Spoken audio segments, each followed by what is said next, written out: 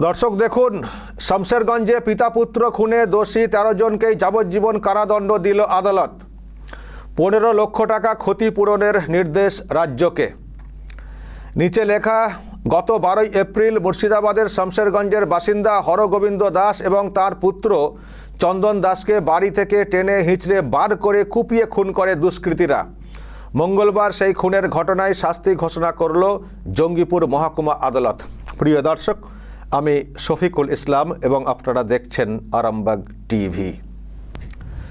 কিন্তু প্রশ্ন হচ্ছে যে পরিবার কি সন্তুষ্ট? এই যে যাবজ্জীবন কারাদণ্ড দেওয়া হয়েছে, এতে কি পরিবার সন্তুষ্ট?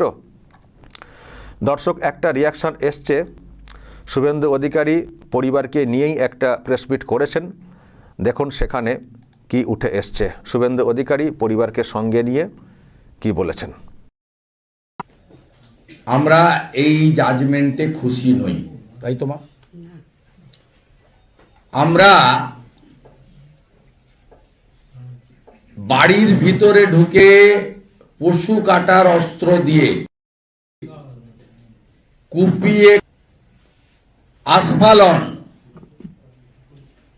জঙ্গিদের মতো, এক্সট্রিমিস্টদের মতো কাজ, এদের ফাঁসি গোটা ভারতবর্ষ, গোটা পশ্চিমবঙ্গ চেয়েছিল, ইনক্লুডিং পরিবার। আমি মা পারুল দাসের অনুমতি নিয়েই বলছি, তিনি উচ্চ আদালতে এই রায়ের বিরুদ্ধে তিনি যাবেন। আমরা হাইকোর্ট, সুপ্রিম কোর্টের যে লয়ারদের দরকার, সেই লয়ারদেরকেই উনার পরিবারকে যাতে আইনি লড়াইতে সাহায্য করে তার ব্যবস্থা আমরা করব।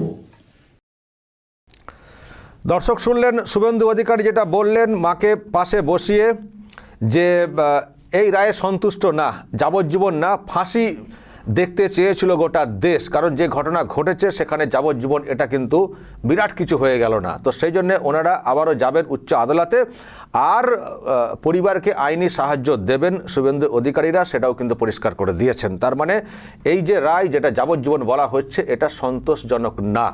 যে ঘটনা ঘটেছে এবং যেভাবে ঘটনা হয়েছে, তাতে করে যাবজ্জীবন কারাদণ্ড দেওয়াটা, এটা অপরাধের ঠিক বিচারটা লাগছে না। তো সেই জন্য ওনারা উচ্চ আদালতে যাবেন, সেটা আজকে পরিষ্কার করে দিয়েছেন। তো দর্শক বলবেন আপনারা, আপনাদের কি মত?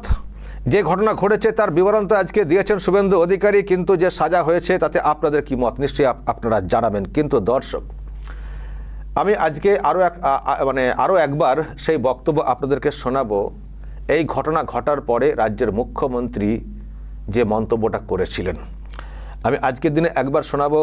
তার একটা কারণ রয়েছে, যে উনি যে ওইটা বলেছিলেন, তো এখন যে যতটুকু সাজা হয়েছে, যতজনকে দোষী সাব্যস্ত করা হয়েছে, তো সেখানে ওনার সেই বক্তব্যের একতা পাওয়া কোথায় গেল?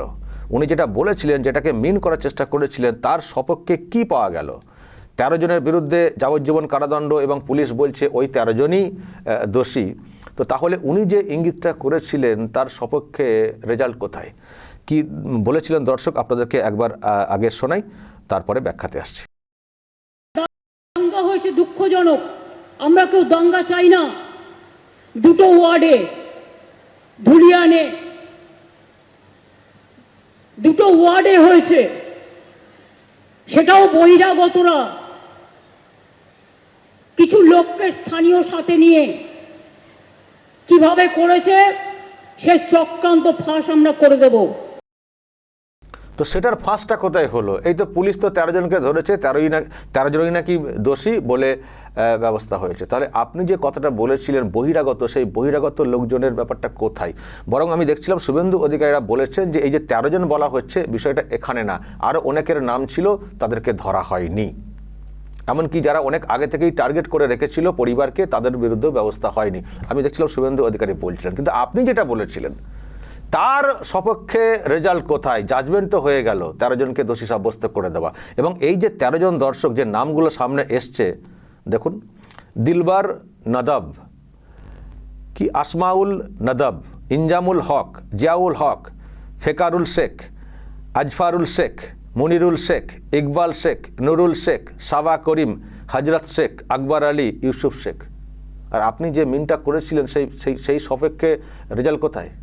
13 জন তো সব শেখ টেক তো হক টক ধরা হয়েছে। আপনি যে মিনটা করেছিলেন বহিরাগতদেরকে এনে এইসব করা হয়েছে, তো তার সপক্ষে রেজাল্ট কোথায়? জাজমেন্ট তো সামনে চলে এলো, কোথায় সেই রেজাল্ট?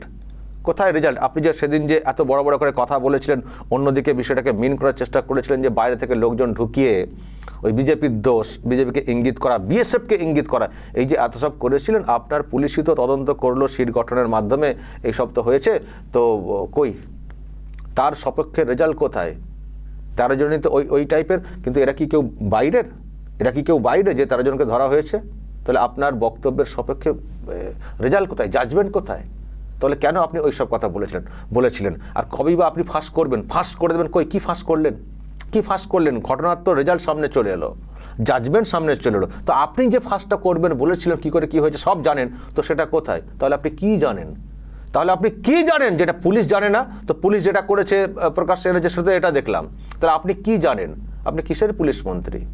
আপনি আবার মুখ্যমন্ত্রী। তাহলে কেন মানুষকে এত মিসলিড করেন? যেটা বলেন সেটা যখন মেলাতে পারেন না, তো মানুষকে কেন মিসলিড করেন? এখন ক্ষমা চাইবেন তো? এখন ক্ষমা চাইবেন তো? যে বহিরাগত অমক তমক এই যে মানে বলেছিলেন, বা আপনি বলবেন আমি বলেছিলাম সেটা ভুল ছিল, ক্ষমা চাইবেন তো মানুষের কাছে? একজন মুখ্যমন্ত্রী, পুলিশ মন্ত্রী, তদন্ত শেষ হয়নি তার আগে একটা মন্তব্য করে দিলেন সব নাকি জানেন, ফাঁস করব। তো কেন ফাঁস করেননি? আর বা এই যে জাজমেন্ট চলে এলো, কেন এখনো ফাঁস করছেন না? আর কবে ফাঁস করবেন? ফাঁস করবেন নাকি এবার ফাঁস লাগবে? নাকি এবার ফাঁস লাগবে? ফাঁস করতে হবে এবার আপনাকে। লাগাতার উল্টোপাল্টা কথা বলে বিষয়গুলোকে অন্যদিকে ঘুরিয়ে দেওয়া, এটা উনি করে যান। দর্শক, আপনারা দেখেছেন বহুবার এই কাণ্ড করেছেন। এখানেও মিল হয়ে গেল যে মুখ্যমন্ত্রীর কথার কোনো ভিত্তি নেই, পুরো উল্টোপাল্টা কথা বলেন, অন্যদিকে মোড় ঘুরিয়ে দেওয়ার চেষ্টা করেন, যার কোনো বাস্তব ভিত্তি থাকে না। কিন্তু দর্শক, যে রেজাল্ট সামনে এসছে, যে জাজমেন্ট সামনে এসছে, শুভেন্দুরা বলছেন এতেও আমরা সন্তুষ্ট না, আমরা আরও কঠিন সাজা চেয়েছিলাম। মানে বহিরাগতের ব্যাপার তো কিছুই পাওয়া গেল না, কিন্তু যাদেরকে বলা হচ্ছে দোষী বলে সংখ্যাটা আরও বাড়তে পারতো, এটা বলার চেষ্টা হয়েছে, এবং যে সাজা হয়েছে এটাও পর্যাপ্ত হচ্ছে না। তো আমরা আরও কঠিন সাজা চাই, সেই জন্য ওনারা যাবেন বলছেন। এখন দেখার বিষয় মুখ্যমন্ত্রী কি করবেন, কোন দিকে যাবেন। আরও বেশি সাজা দেওয়ার পক্ষে থাকবেন নাকি যাদের সাজা হয়েছে তাদের পাশে থাকবেন, এটাও কিন্তু দেখার ব্যাপার রয়েছে।